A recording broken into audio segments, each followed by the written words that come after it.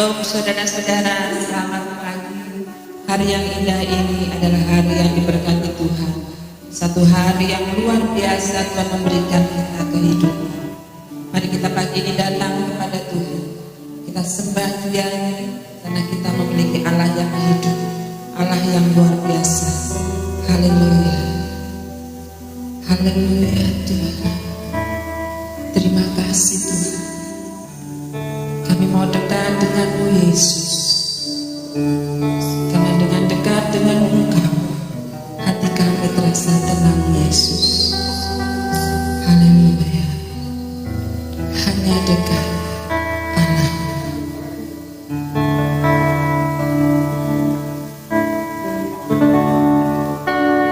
Hanya dekat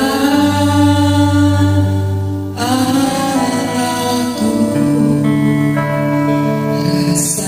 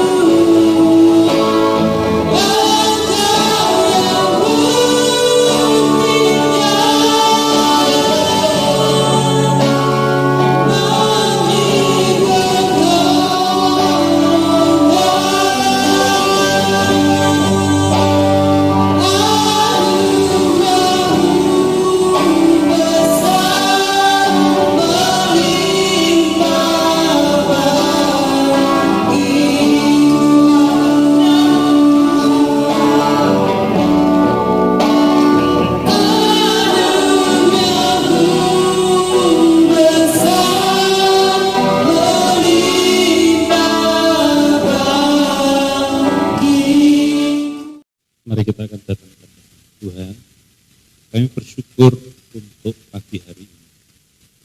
Kami datang menghadap Tuhan, kami bersekutu di dalam Tuhan. Kami mau belajar sesuatu di dalam Tuhan. Mari Roh Kudus, Engkau masuk dalam hatiku. Engkau masukkan satu pikiran dan rencanamu yang luar biasa, sampai kami dapat menjalankan apa yang menjadi rencanamu. Dan semuanya digenapi di dalam kehidupan kami. Terima kasih Tuhan untuk firman-Mu. Pagi ini kami mau renungkan Bapa. Mari Engkau singkapkan rahasianya Bapa. Berikan kami roh hikmat, pengertian dan pewahyuan, sehingga firman Tuhan pagi ini menguatkan hidup kami. Dalam nama Tuhan Yesus Kristus. Amin. Shalom saudara-saudara yang saya kasih dalam Tuhan. Mari pagi ini saya mengajak saudara-saudara untuk melihat, untuk membuka firman Tuhan di dalam Amsal pasal 6, ayat 6 sampai ayat 11. Saya ulangi sekali lagi, Amsal pasal 6, ayat 6 sampai ayat 11. Saya akan bacakan buat saudara-saudara dalam versi firman Allah yang hidup. Demikian firman Tuhan. Hai pemalas, belajarlah dari semut. Belajarlah dari cara hidupnya dan jadilah bijaksana. Karena walaupun mereka tidak mempunyai raja yang menyuruh mereka bekerja keras sepanjang musim panas, mengumpulkan makanan untuk musim dingin. Tetapi engkau tidur saja. Kapankah engkau akan bangun? Biarkan aku tidur sebentar lagi, ya tidurlah terus. Dan sementara engkau tidur, kemiskinan mendatangi engkau seperti perampok dan kemelaratan menyerang engkau seperti musuh yang bersenjata lengkap. Amin. Saudara-saudara, kalau kita membaca di dalam kitab Amsal ini, Tuhan ngajari kita untuk belajar sesuatu. Nah, dalam hidup kita ini, dalam kehidupan kita sehari-hari, kita bisa belajar dari dua perkara. Yang pertama, orang bisa belajar dari yang namanya keberhasilan. Dan yang kedua, orang bisa belajar dari yang namanya kegagalan. Nah, seringkali kita selalu dengar orang selalu berbicara, menceritakan tentang keberhasilan. Sementara kegagalan itu tidak pernah diceritakan, tidak pernah diungkapkan, tidak pernah disaksikan. Semua yang dibicarakan adalah soal keberhasilan. Ada seorang teman pernah suatu hari cerita. Dia berkata begini, seorang teman. Satu kali dia mendengar kesaksian dari seseorang, ya, seseorang ini bercerita, dia punya anak 3. Dia bercerita bagaimana anaknya ini berprestasi ketika dia sekolah. Dia bercerita tentang anaknya yang nurut ketika anaknya di rumah. Sampai ketika anaknya berumah tangga, semua yang diceritakan adalah perkara-perkara yang baik-baik semua. Tidak ada kegagalannya. Semuanya berbicara tentang keberhasilan. Waktu satu kali mendengar cerita dari orang itu, teman saya bilang, saya merasa diberkati. Tapi sekali waktu dia dengar lagi dari orang yang sama, ya, orang ini bercerita tentang keberhasilan anak-anaknya, keberhasilan dalam pendidikannya, keberhasilan dalam pekerjaannya, bahkan sampai keberhasilan ketika anak-anaknya menikah. Nah, ketika dia mendengarkan kesaksian dari orang ini bukan untuk yang sekian kalinya, dia merasa stres juga. Kenapa? Ternyata tidak semua kehidupan seperti yang dialami oleh orang ini. Ada banyak orang bercerita tentang keberhasilan anaknya di sekolah. Anaknya ranking 1. Anaknya dapat beasiswa. Tapi tidak sedikit orang anaknya di sekolah itu justru membuat masalah. Sementara orang lain dapat beasiswa, orang ini dipanggil oleh wali kelasnya karena anaknya bikin masalah di sekolah. Tidak sama. Satu sisi orang bercerita tentang keberhasilan, tapi sisi yang lain tidak menutup kemungkinan hidup kita menghadapi hal-hal yang tidak. Kalau kita jalani dalam hidup ini, saudara rasakan, mungkin kita banyak berkumpul dengan macam-macam orang. Kita punya teman yang banyak. Mungkin kalau kita omong-omong dengan teman di waktu duduk di rumah atau di tempat kerja, ada banyak orang menceritakan bagaimana keberhasilan yang dicapai. Tapi mungkin mulut kita tidak bisa bicara apa-apa. Kenapa? Karena ternyata anak-anak kita, hidup kita belum tentu seindah yang orang lain alami. Kita mengalami perkara-perkara yang tidak enak. Nah, ketika kita diberhadapan dengan yang tidak enak, dengan sebuah kegagalan, apakah kita juga masih bisa merasakan kebaikan Tuhan di tengah-tengah kegagalan kita? Orang seringkali menutupi kegagalan, menonjolkan keberhasilan, menomorsatukan kesuksesan, tetapi menyembunyikan yang namanya kegagalan. Ada sebagian orang hidupnya berhasil, tapi tidak sedikit orang hidupnya mengalami keterpurukan. Pengkhotbah di dalam pasal 3 ayat 11 berkata demikian. Ia membuat segala sesuatu indah pada waktunya. Walaupun Allah telah menanamkan kekekalan di dalam hati manusia, namun mereka tidak dapat melihat keseluruhan pekerjaan Allah dari awal sampai akhir. Karena itu aku mengambil kesimpulan bahwa pertama-tama tidak ada yang lebih baik bagi manusia daripada merasa bahagia dan menikmati kesenangan selama ia dapat. Kedua, bahwa ia hendaknya makan dan minum dan menikmati hasil jerih payahnya, karena semua itu adalah pemberian Allah. Mari kita belajar sesuatu dari kehidupan ini. Yang pertama, kita belajar bahwa kita diajar oleh Tuhan. Apapun kondisi kita hari ini, mari kita merasa bahagia dan menikmati selagi kita dapat menikmati. Nikmati apa yang ada, nikmati berkat yang ada. Kalau hari ini karena kasus corona kita diisolasi, kita nikmati selagi kita masih bisa di rumah. Sekali waktu kita masih bisa keluar, tapi kalau hari ini harus di rumah, kita nikmati, kita syukuri apa yang ada. Yang kedua, mari kita nikmati makan minum yang ada. Sekalipun karena corona ini kita tidak bisa kemana-mana, apa yang ada kita syukuri, kita jalani bersama dengan Tuhan. Kita tidak melihat ini sebuah keterpurukan, tapi kita melihat ini adalah satu kesempatan untuk berdiam diri di kaki Tuhan. Kiranya Tuhan Yesus memberkati kita sampai selama-lamanya. Amin.